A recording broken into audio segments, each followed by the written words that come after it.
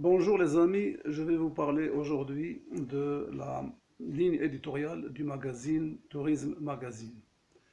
Dans le journalisme, il y a des techniques pour donner des informations et je vais vous les décortiquer ici maintenant.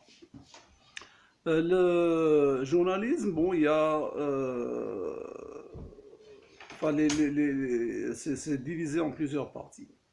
La première, c'est seulement une communication venue d'une source comme par exemple les agences de presse. On vous donne l'information et vous la publiez dans votre journal, à la télévision et ainsi de suite. Donc il n'y a pas une seule retouche de l'article ou de la vidéo. Donc ça c'est seulement, on laisse l'information telle qu'elle. C'est-à-dire que vous, émetteur, vous acceptez, vous achetez cette information ou vous la diffusez telle qu'elle. Mais personne ne sait si l'information est correcte ou non. Est-ce qu'elle est valable ou est-ce qu'elle est seulement un mensonge? Donc tout dépend de la source qui émet ça. Ok? Mais vous, vous êtes journaliste. Mais c'est-à-dire que vous avez cette information, vous la publiez. La deuxième, c'est quand il y a, par exemple, une question sur une affaire qui s'est produite quelque part et dont les journaux ont parlé et tout ça, et qu'il n'y a pas assez d'informations pour la compléter. Bon, qu'est-ce que certains journaux font? Ils vont envoyer leurs journalistes pour faire des enquêtes. Les enquêtes se font auprès de toutes les personnes concernées, c'est-à-dire la victime, l'agresseur par exemple, auprès des tribunaux, auprès de la police, auprès des témoins qui ont vu enfin tout ça auprès de la famille, des amis, enfin toute personne susceptible d'avoir eu un contact à un moment donné avec une information quelque part. C'est comme ça que finalement, avec des enquêtes, on arrive à tomber sur des documents souvent compromettants qui révèlent des vérités qui ont été cachées. Ça, c'est un journalisme d'enquête, donc on va chercher, mais on ne sait pas si, par exemple, on cache, si enfin, celui qui fait l'enquête a été acheté ou pas. Donc il y a toujours cet esprit de vraie information ou fausse information, que ce soit seulement venu d'une source d'agence de presse ou sur la base d'enquête. Voilà. Et puis, il y a le journalisme d'investigation. Le journalisme d'investigation, c'est un journalisme qui est beaucoup plus professionnel parce que celui qui va, par exemple, le développer, c'est quelqu'un qui connaît très très bien le sujet. Bon, supposons que on développe dans notre magazine, Tourisme Magazine, un article, quelque chose sur les randonnées. Bon, les randonnées, bon, enfin, on peut en parler, mais là, c'est quelqu'un qui va arriver avec, qui est tellement impliqué dans la randonnée qu'il connaît toutes les arcanes de, du, des randonnées. C'est-à-dire, c'est quelqu'un qui peut prévoir énormément de réponses à la question concernant la randonnée. Donc, quand il y a une loi ou quand il y a, par exemple, une information qui tombe, lui, il va l'attraper au volet et puis il va dire ce qu'il en pense. Et là, c'est autre chose. Et toujours, on ne sait plus, on ne sait pas si c'est vraiment, il le fait d'une façon honnête ou pas honnête. Donc, il y a toujours cette histoire de vrai ou faux dans les informations.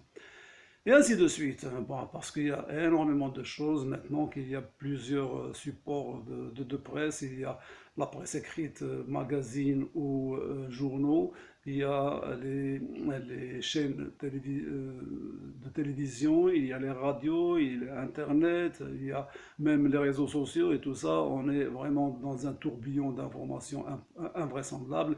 Et je ne parle pas, bien sûr, de la propagande gouvernementale ou de la communication publicitaire qui vante plus les, les- les bienfaits et les avantages d'un produit. Donc, il suffit seulement de vous dire, par exemple, de vous parler des avantages et de colmater l'information sur les inconvénients et le tour est joué. Donc, on ne ment pas, mais on cache la vérité. Voilà, vous avez compris. Dans les journaux de tourisme qui concernent notre sujet, bon, ils font la même chose, c'est-à-dire qu'ils vont parler de beaucoup de choses. Et les journaux, souvent, font de l'information, comme je l'appelle moi, singulière. Quoi singulière? Elle est singulière parce elle va vous donner une information unique. Si on vous donne une information unique, c'est-à-dire qu'on n'a pas envie de vous raconter d'autres choses qui émanent d'autres organes de presse. Et vous allez regarder ça à la télévision, vous allez écouter ça à la radio, sur les audios et ainsi de suite. Et puis, vous allez gober, et puis vous allez ou bien croire ou ne pas croire l'information.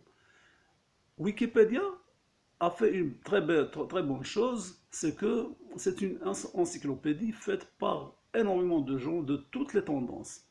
Et c'est tellement filtré qu'il vous donne euh, l'information sur un sujet très précis. Vous y mettez votre nez et puis vous allez vraiment apprendre énormément de choses. C'est très bien. Moi, euh, c'est-à-dire que Wikipédia, elle fait de l'information plurielle. L'information plurielle, c'est-à-dire elle va se référer à plusieurs organes de presse, plusieurs sources d'information pour que ça vous apporte beaucoup d'enseignements. Et quand vous allez attaquer ça, vous allez avoir énormément d'informations au lieu d'une seule. Et quand on parle d'une seule, c'est-à-dire si elle est singulière parce que déjà, elle vous donne une seule information, et deuxièmement, elle vous donne une information qui n'est pas complète, parce que ça dépend de la tendance ou comme je suis en train de développer ici, de la ligne éditoriale. Donc il y a toujours de la cachotterie dans cette histoire. Moi, dans Tourisme Magazine, je donne dans chaque page, je donne un article et je donne entre 3 et 5 vidéos qui vont parler d'un seul sujet. Si je dis randonnée, ah ben c'est tous les 4 ou 6 contenus, ils vont parler que de la randonnée, mais de différents angles de vue. C'est-à-dire que vous aurez la possibilité de découvrir beaucoup plus de choses que sur tous les autres journaux.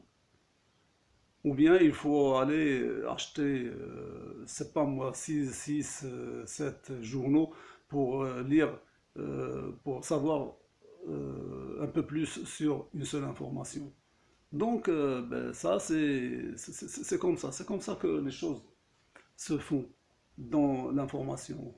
C'est pour ça qu'on parle de l'information et de la désinformation, de la propagande et ainsi de suite. Le monde est ainsi fait. Tourism Magazine se veut être honnête avec vous, se veut être beaucoup plus intéressant que les autres journaux, se veut pour une information parfaite.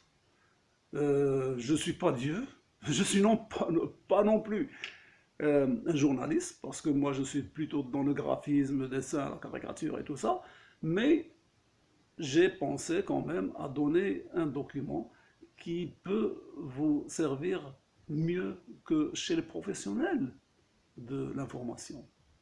J'ai travaillé parmi les journalistes pendant très très longtemps. Je connais leurs défauts. Ils sont formatés à faire ça, ils sont obligés, ils sont formatés, modelés pour donner un certain, parce que bon, c'est comme ça, le système est fait comme ça.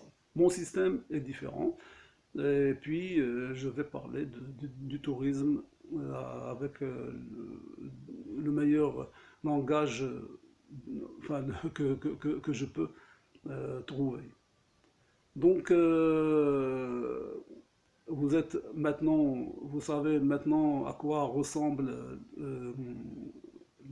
sur le plan ligne éditoriale le journal Tourisme Magazine. Ben, j'espère que vous allez le regarder. Il est en train de vous attendre. Vous pouvez déjà télécharger le numéro 0. Il est gratuit. De toute manière, c'est gratuit. Jamais je vais vendre ce magazine tel que je vous l'ai décrit. Et allez-y, cliquez dessus. Et n'oubliez pas de mettre un pouce bleu et de vous abonner à ma chaîne parce que je compte beaucoup sur vous. Merci beaucoup et à la prochaine.